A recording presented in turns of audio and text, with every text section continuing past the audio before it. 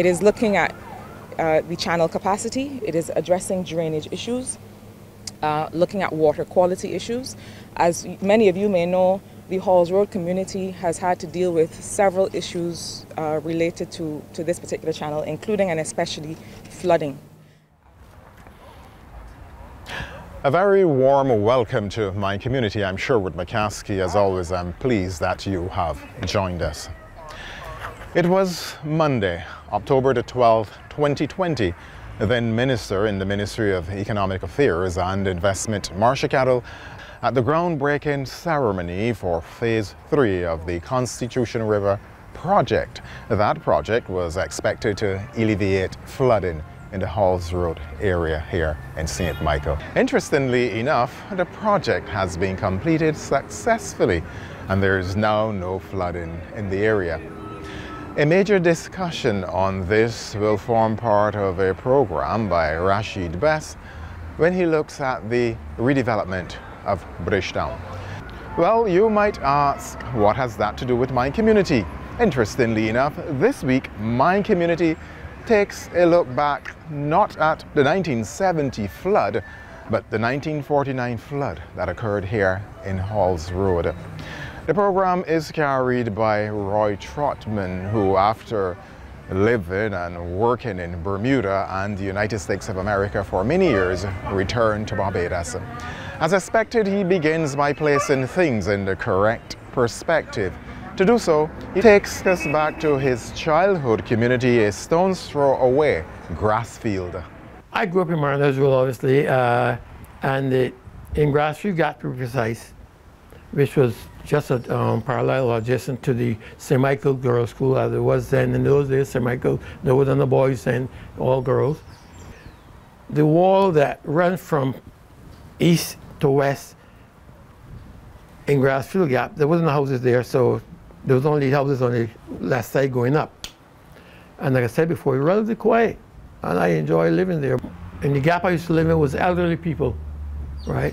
The area was relatively quiet and peaceful. There weren't many boys or children in that area. I recall myself, my brother, and maybe a few other children, you know, but I was fortunate to remember every single person who lived in that Gap, right, by name. Yeah. We started off from the bottom, Mr. Allen and his wife. He was a seaman. Then we had Mr. Trotman, actually. I'd say was a prison officer or warden, prison warden. Then we had the Dukes. The Dukes were comprised of about 3 girls, about 7 total altogether. Then we had Miss Giddens. The Dukes, his father was a watchmaker, as a matter of fact. He repaired clocks and stuff. Then we had Mr. Green and his family. We had Mr. Drix and his wife, who was a prison warder as well. And then there was my mother's home. And incidentally, my mother lived in a weird situation. She lived in a 2-roof house, but the front of the house was occupied by someone else. And my mother lived in the back portion of the house. The person in the front of the house, in order to use the toilet, had to come out and use the toilet. Then we had Mr. and Mrs. Jones, couple. Then Mr. and Mrs. Thompson, couple again. They never had any children as far as I remember. And then there was Mr. Lord, Ivan Lord, and his mom. He was a tailor. He actually made my clothes for me. As a boy, made my short pants. Oh yeah, short pants, my church pants and everything. Then we had the Lynches. We moved a little further up, we had the Harpers and a lady by the name of Fenty. And the Fentys were these like half white people, right? And then we had Miss Harper. Then we had Miss James, who was, I think she was from one of the islands. And then there were the Lynches. And by the way, one of the Lynches that still lives there, because the mother and the grandmother died, Leroy Lynch. He is, I think, a barrister, or was a barrister, right? And then at the corner, which was the only shop in that area, Mr. Weeks. I, as a boy, had the option of roaming all over the place, not only Grassfield Gap, Lanes Gap, which was the gap next to us, right? And that area was owned by a man called Dunamay. It was called Dunamay Land. And he was a white man. And I remember him coming around sometimes in a white cork hat and all white, like a plantation owner or something like that, but he had owned all that property. And he had owned even property further down the street on the other side. We had some people in the area that, you know, eventually went on to great, I would say, great heights. You know, as I mentioned earlier, Edwin Pollard, who I grew up with and who went to school, when I went to school to the same school, he eventually ended up to being the ambassador for Barbados in England, and Christopher Blackman as well, Holder. And then there's a guy by the name of Michael Ray. I think Michael lived in St. Philip. But there was a couple other people who rose to prominence that originated from Marnez Road. And no doubt they went on to do great things for Barbados. More importantly, they invested in the lives of others. As expected, Queen's Park here in Bridgetown was his playground. It is here where he enjoyed many sporting activities with a number of the well-known names in Barbados. As a boy, I also played cricket in the park. Cricket, what we used to call then hop and ball cricket. You started called ball cricket, and then you progressed to, well, I never played hardball cricket until I became a man. After I went overseas and lived in Bermuda, I played hardball cricket because I had a little knack for playing, I'd say hardball cricket, and then we went to wing ball cricket, and then softball cricket. And we had people like Garth Clark, Victor Clark, who was he was a very versatile athlete. He was very good at cricket, superb at football. He played a little basketball. I think he played a little basketball for Royals Club that originated from Carolina Village. And he was very good at what he was doing. Carlos Griffith, and then some people know him as Chuck Berry, you know. He was one of those boys. Most of the guys from Halls Road, Marnez Road, went to 2 schools, well, 3 schools actually. Robert Boys School, Wesley Hall, or St. Giles. Because there weren't many elementary schools in the area. Then they had Bay Street boys. But the bulk of the boys from Carolina Village, Halls Road, Marnez Road, went to Robert. A few went to Wesley Hall, and a few went to Wesley Hall, to St. Giles. I remember a good friend of mine who was editor of The Nation, Carl Moore. Carl Moore originated, he from Halls Road as well, very good cricketer, you know.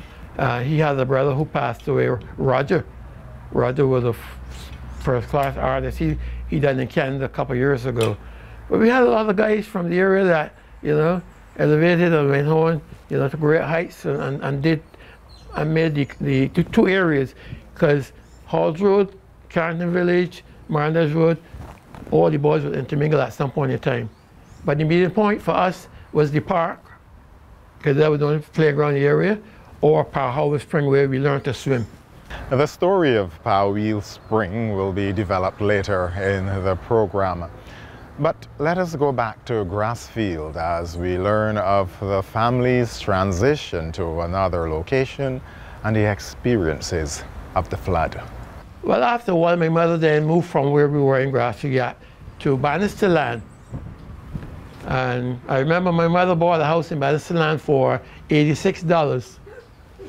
$86, a single house with a little kitchen out in the yard. And we spent some time there. And then I think my mother and the landlord got away. So he told her she got to move the house. So, okay, well, she had to move the house. But before, let me back up, before she moved the house, we had a storm, a flood rather, in 1949. I was between 8 and 9 at the time. And I remember I got up in the morning after the rain. I think the rain started falling about 5:30 in the evening, and it kept falling, and which is normal at that time. And I don't think that we had a system where people were warned about how many inches of rain would fall, or if there's going to be a flash flood or something. That we had that system at the time. So what happened was, the morning I got up, I see people out in front. Yeah, they was talking and saying, "Oh, the bottom flood out. They had a flood on the bottom." So we're referring out to the other side, and I boy not cure flood. I remember no shoes on, but short pant, no shirt, and I proceed to go down to Martindale Road proper, right? So I came out right in front, the deanery. The deanery was the official residence of the deans who had the post at the St. Michael's Cathedral. That was their official residence. It was comprised of something like 13 acres of land, a whole big property. And that deanery is situated where the community hospital is right now. And I'll tell you how I knew it was 13 acres a little further on. So I proceed now. By that time, we had the ranger in it, of course, and the water had subsided. So I went to the first gap. Couldn't get down there because the houses blocked the gap. They were washed out the foundation. So I went in the second gap. So I could have proceeded a little further in. And then that's when I saw houses that, obviously they weren't wall houses, though. They were child houses. And most of the houses in those there were just put on 4 blocks. 4 soft stones, and maybe just pack around with other small stones, what we call a cellar. So the water was very forceful, right? And I saw all these houses in different positions, and I remember seeing people who unfortunately lost their lives because, like I said before, the rain kept falling during the night, and a lot of these people couldn't get out. And a lot of them were disabled people, and as those days, you know, the doors weren't like easy access to get out. But some of those people tried to get up through some hole, not a hole, but a window that was in the house. In those days, too, most of those houses had I would say by now, by maybe 2 by 4, across the center of the house to stabilize it. And people got up on the beds, some people got up on tables, some who were fortunate to get out. But there were some who were unfortunate and they drowned. And I remember seeing bodies in the gaps. Yeah, no more. I remember that clearly as I'm sitting here. And I remember also seeing men with these old push carts coming and taking up the bodies and putting them in. And they were transporting them down to what it was called the mortuary there, which was situated down on the Princess Alice Highway, where the fish market is in that area. I think it was on the site now where the new immigration office is in that area. That's where the mortuary was at that time, right? But if I may go back up a little bit, the rain was consistent. People had to shelter in balconies. In case you wonder what a balcony is, most of those shops in those days, people would have these businesses on the lower section, and they would live upstairs. So the overhanging balcony, but we call it balconies, right? Some people used to sleep under there when they had nowhere to sleep. But the water was so severe, it started up from St. Thomas and came right down the gully, down behind the Glenderry prison, over Bridge Road, and took its course right down and came out right there by the roundabout, as we know it now, by the bottom of Tweedside Road and Hawes Road. Part of by the Globe was flooded. All of the, what we call a Weymouth, that was also flooded out. And that area was called the Gully House. And that had a stretch of businesses, shops, going towards where the bus terminal is now. Right. And like I said, the water was very forceful, and it took a lot of the houses, a couple of houses that was at the corner of Tweedside Road and Hawes Road. There was a man called Mr. Atwill. He had a big shop there, and that was swept away, because that was in the path of the force of the water. And the water eventually took a lot of houses further down into a place called Ellis Village. I have a picture inside of my father's house, I'll show you, where his house was the first house that was impacted by the water. But what happened was his house was built on a high ground sill. The house got flooded out. They were up to the knees in water. Right, I mean, this was a humongous amount of water that came down from the country. And that water took all the houses that were going towards the bridge by the park. And that area called Ellis Village, all the houses. Hawes Road was impacted to a certain extent. A lot of the water flowed across Martindale Road to a certain extent, but the majority of the water was more to the park side. If you pass by the park now area, you know that's an area that you can see. There's no houses there, but those houses from there straight to where the QEH is. There was a village houses. I mean, there was, if I recall, there was about 50 or 60 houses at that time, all child houses. The majority were washed away. And I remember clearly there was a lady named Miss Fenty, a white lady too. She had lived at the corner by the park. Now the park have 3 gates. The first gate is the Governor's Gate. Middle gate is Queen's Gate, because I think it probably named after Queen's College. And then there was the Nelson Gate, which is the bottom gate. Miss Fenty lived at the top of Governor's Gate. She lived in the only 2-story house in that time. It wasn't a wall structure, but it was again, chattel wooden house. And because she was in the path of the force of the water, because the water came down between her house and the park rails. And her body was found down by the bridge, by Barnes and Company. The bridge, not the second bridge, the first bridge at the crossover where the bus terminal is, her body was found there days after. Yeah. Most of the houses, I said, got washed away and they crashed into the bridge at the time. And then a lot of it all went on and a lot of it fell into the careenage or the wharf at the time. But like I said, most of the houses were destroyed because there were challenges again, you know. Unfortunately, we lost people who, you know, some of them people tried to save people. I remember hearing people trying to save people and they drunk as well. I remember distinctly there was a bridge, a red bridge, because I used to play on that bridge at some point in time when I was a boy, that stretched from over by the John Beckles area. But right now there's the Barbados Tennis Association, I think Dr. Pye, that building, that was the John Beckles area. I was there like a day nursery, like, and that bridge would stretch from there over to the deanery. A red bridge, never forget it. Had steps, high steps. Before the water and the houses that came down from Ellis Village and the area, up in that area, knocked the bridge out and took that bridge away. Again, you know, I remember that because after the flood then, as a boy and the boys in Europe, we went surveying and we saw more damage.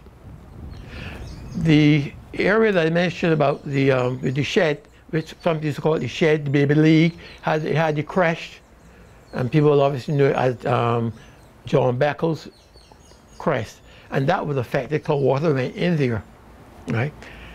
Incidentally, the custodian of the deanery had a house over in that area, and that was washed away. He lost cows because he used to keep cows. A man by the name of Mr. Howell, but we know him as Pa Howell, right? And he lost many cows he had there because my mother used to send me from where I used to live at the time. I crossed the river because there was a river where the water came down, right? And when the tide was low, and when I think back, the river, it wasn't so much of a river, it was like a little canal where you can actually jump across. And the areas where you can jump, they had rocks in it when the tide is low. Because like I said earlier, when the tide is high, the water will come all the way back up to that point, almost up to Queen's Park, right? And then it's up there saturated water, and it'd be marshy and smell. So this was the way now, he was a custodian of the deanery. So he would cross this bridge from where, cause he had a house over there, to the deanery. But what happened was after the flood, he couldn't get over. So he had then was to walk up the road by the Girls Industrial Union, which was at the corner then, walk right up, cross Marandez Road, and come in the main entrance to the deanery. But as time went on, they gave him a room in the deanery because the deanery had horse stables at one point in time, I was told. Because I remember as a boy, was fortunate to work in there with Mr. Howell. And he was known for protecting the property. He had a gun. And it was an area, as I mentioned earlier also, that they had 4 springs in that area. We used to go there as boys and bathe when we were home from summer vacation. We were going and bathe in the springs. There was 2 that was used on a regular basis. We refer to one as the Big Spring, which is where the big boys who could swim swim because it was deep. And then with the Little Spring, that's where you normally start to learn to swim in. And then there was 2 other springs that people never go into them because they said it was sucks. But what I realized afterwards as I grew up, it was a lot of built up of stuff in there after a while, right? And all of them had fish. All of them had fish in them, and used to go and fish in them actually. And we obviously shouldn't be over there, right? And he would shoot. He used to shoot, and we somebody hear the packs, he shoot it. And we got, as boys, we were running for cover, you know. There was only one boy who was unfortunate to get shot. He got shot in the mouth. But the gun was not a very big gun. It wasn't like a 302 rifle that the police ones carried in those days. It was a small rifle. Because I had the privilege of handling that gun. Because like I said, I worked near him as a gardener. I was very curious. I always asked questions. And I asked Pa Howell, how did these springs get here? Because they were built with a bridge across the Big Spring and the Little Spring. You could walk across. And they used to breed fish in there. And the fish, I remember when they had a fish called a tabby. I know anyone who listened would know of a tabby. Then we had guinea bird, and then mullet, and then we had the regular mullets. But these mullets would normally come in the river when the water flows up from down by the bridge, all right, and be in the area. And plus, the area was very swampy, and it had a lot of mosquitoes and had a lot of crabs. Literally thousands of crabs used to be in that area. And we used to call them fever crabs. A crab with a very big claw. The claw was bigger than the actual crab. And then they had another tiny claw, called them a fever crab. I don't know why they name it fever crab, because people say if they bite you get fever, but as soon as the crabs to you, they're gone. You know, and you can stand from a distance, right? Because they will come up in the evening around 4 or 5 o'clock when it starts to get cool, and you can see literally hundreds of crabs on the surface there feeding. And as soon as you venture towards, they all go in the holes. We also had areas where fish used to grow that we used to catch, right, with our hands in a hole, put them on the hook to catch the bigger fish. But like I said before, the 4 springs, only 2 was used by the boys, because the other 2 we never go in them. They had a couple of guys that used to dare to go in them. I dare you go in there, you can't go in there, and they would but it would never spring to bathing, but it had water in it. Like I said, I worked there as a gardener with Mr. Howell, Pa Howell, right? They had a used kitchen garden. I cut the lawn as a boy, right? Take care of all the gardens along with Mr. Howell, because he was the boss, so to speak. And the Dean, Gordon Hazelwood, I never seen him smile. I never seen him smile. He always had this serious expression on his face. But the person that I used to talk to most of the time was this, I don't know if it's his sister's wife, but her name was Miss Hazelwood. And I obviously had access to going into this study, because when they pay me, I used to get 2 shillings a week. And she used to put the money in a drawer in the Dean's study. He had this big library, I call it study library, with all these various books, you know. And she would put the money in the drawer, and I would know it's there. And then on Saturday mornings, after I do what I had to do, I would go upstairs. Dean, he would usually be at the cathedral or somewhere else. And I would go in the study, open the drawer, and take out my 2 shillings. And to me, that was a whole lot of money. 2 shillings for me. I would go home, give my mother 1, and I got the other shilling. But that shilling now can buy so much stuff for me, it's funny. All roly-polies and rock cakes and turnovers and all kinds of stuff as I buy the stuff, you know. But it is something that, looking back, I really enjoyed it. You know, I remember there was 2 ladies worked there. Well, one lady had one maid, a lady named Miss Scott. She used to live in Britain's Hill. When Miss Scott is on vacation, her sister would fill in for her, right? But it was a lot of work for Miss Scott, because I never had the privilege of going upstairs with the sleeping quarters. I was just confined to the kitchen with Miss Scott, would go in to talk to her, and the study, and that's it. Never let me go anywhere. Yeah.